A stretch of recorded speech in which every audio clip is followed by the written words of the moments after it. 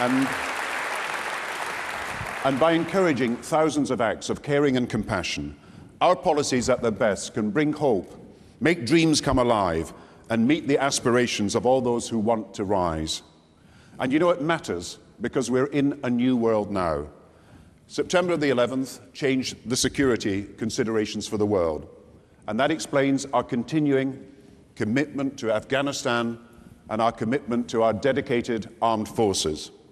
So also the financial crisis changed the economic considerations. And this is the first post-crisis vote for our country, and it's the most important vote in a generation. Get the big decisions right now, make the right choices now, and we not only renew our economy, but we renew our society and renew our politics too. And in building the future, Labour will be restless and relentless reformers of the market and reformers of the state. And so this post-crisis world throws up three fundamental questions, which we will address today in our manifesto. First, how do we rebuild our economy so that Britain can be a country with high skills and modern manufacturing, where work pays, family finances are secure, and government partners business to invest in Britain's strengths? Second, even as we cut the deficit with our announced tax rises and public spending reductions, how do we protect and reform our frontline public services so that they are not take-it-or-leave-it services, but give every parent, every patient, every citizen real choice and voice, and put you in charge of the service that you receive? And third, how do we write anew the contract of trust between the public and the public servants, so that we replace a discredited and distrusted politics with one where you, the people, are the boss? Now, New Labour's manifesto answers these questions with a plan for national renewal. In its pages and online, you will find a Labour programme, not setting out empty slogans of change, but setting out who is best for the NHS, who is best for schools, who is best for our young people, who is best for jobs, who is best for our pensioners, for dignity and security in retirement with our new National Care Service. My priority is, first of all, to secure the recovery. But as that is done, we know we need to move to a different, fairer recovery, a different, fairer economy with broader foundations and with responsibility from all, including at the top. As a result of the decisions taken to secure the recovery, and as long as we see this through, our plan for the future, you, the British people, will be better off. And this is the Britain of our commitment and our vision. A Britain where an active government backs British business with the fastest high-speed rail, the newest green investment bank, the widest and broadest access to broadband for all, the best allowances for those businesses who wish to invest in the future. A Britain where we demand a new culture in the city, with standards in the boardroom and finance that looks to the long-term interests of British business and industry, and safeguards investors, workers, and consumers too. It's a Britain where banks serve the people and not the other way around, where banks pay their fair share to society through an international banking tax.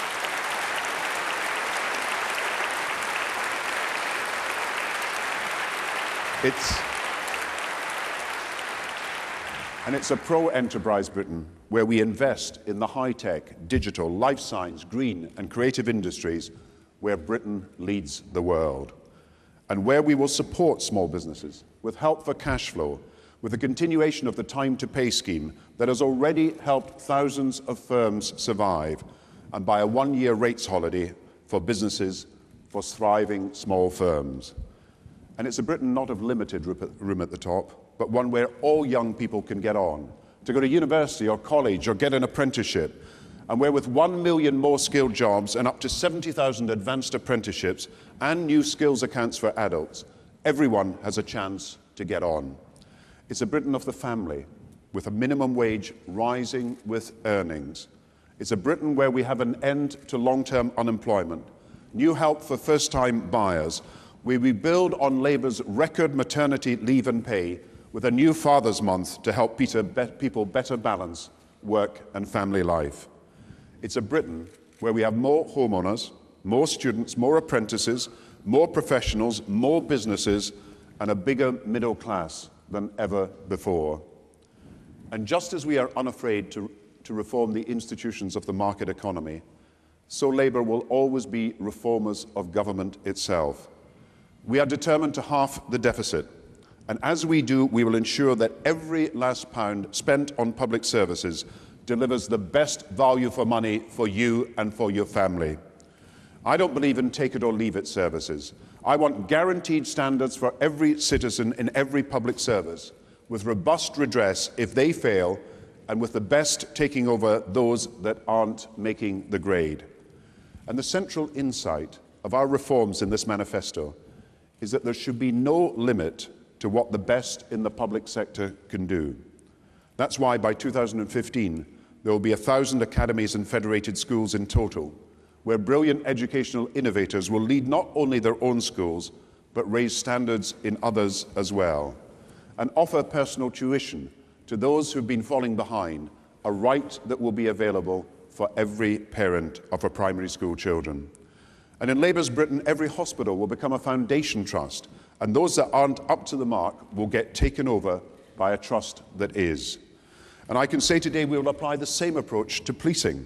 So if a police force is letting down the local community, another force can come in to protect and serve.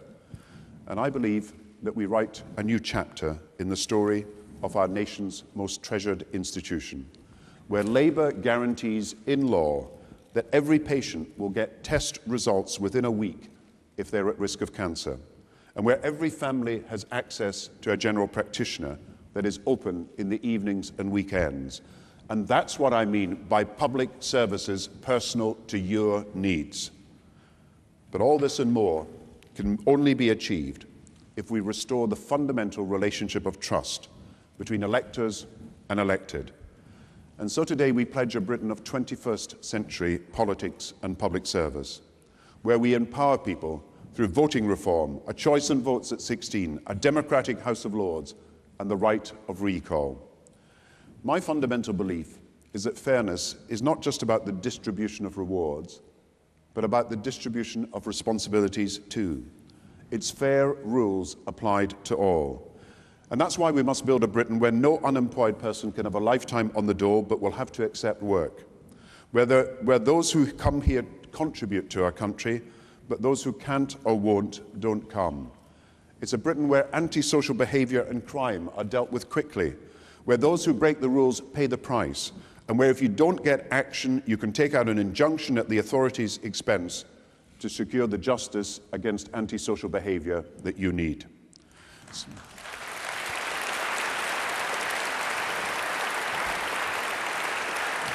So when anybody tells you it doesn't matter who wins this election, or tries to suggest that all parties are the same, just ask them, which is the party of the family promising to protect child tax credits, the child trust funds, Sure Start, and to give all new dads a month with their babies and help you to buy the family home?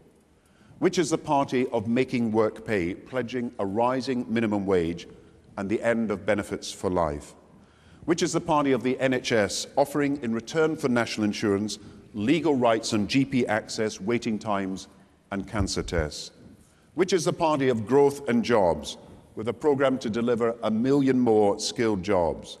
And which is the party of political reform, offering more democratic change than at any time in 100 years and more?